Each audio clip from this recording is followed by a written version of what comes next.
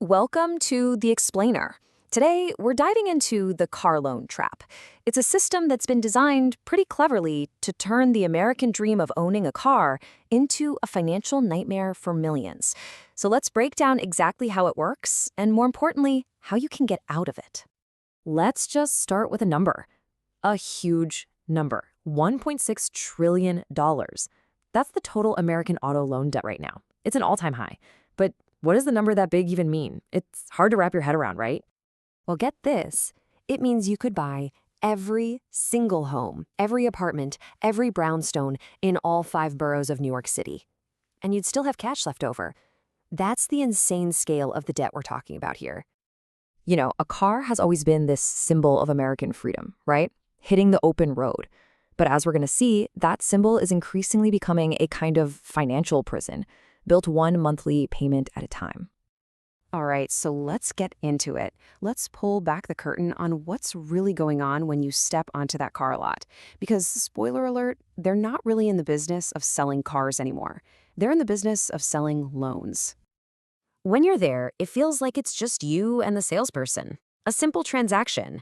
But nope, there are actually 4 characters in this little play. And the most important one, the bank? Yeah, they're the one hiding in the shadows, quietly pulling all the strings. And if this whole idea of bundling up loans and selling them off sounds a little familiar, it should. It has these really eerie parallels to the 2008 housing crisis. You know, building a giant house of cards on a foundation of risky loans. We all know how that story ended. So, to get you to sign on that dotted line, dealers have this whole playbook of psychological tricks. They're designed to confuse you, pressure you, and just wear you down.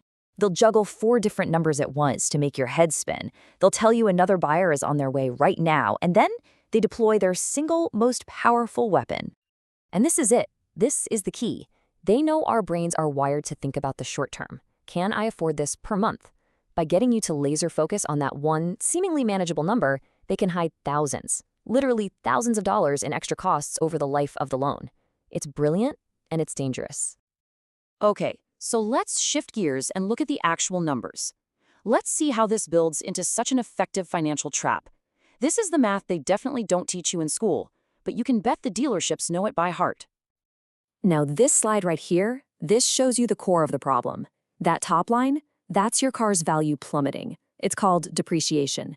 The bottom line, that's you slowly chipping away at the loan. And that growing gap in between them is the trap. That's the money you are losing every single month.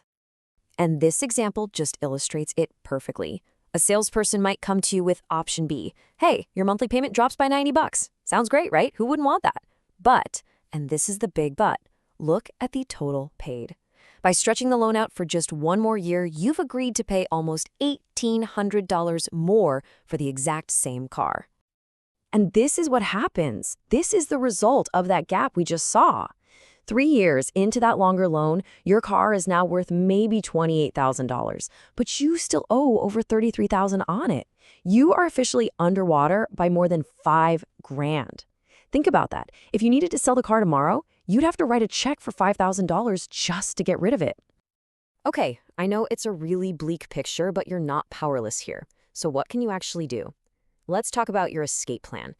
This is your toolkit for getting out and maybe more importantly, staying out of this debt cycle for good.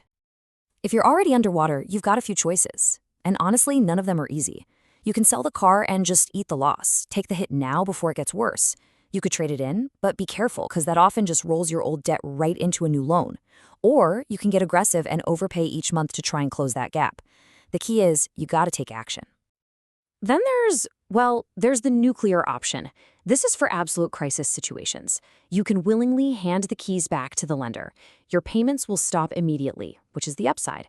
But be warned, this will absolutely obliterate your credit score for years to come. It's a true last resort.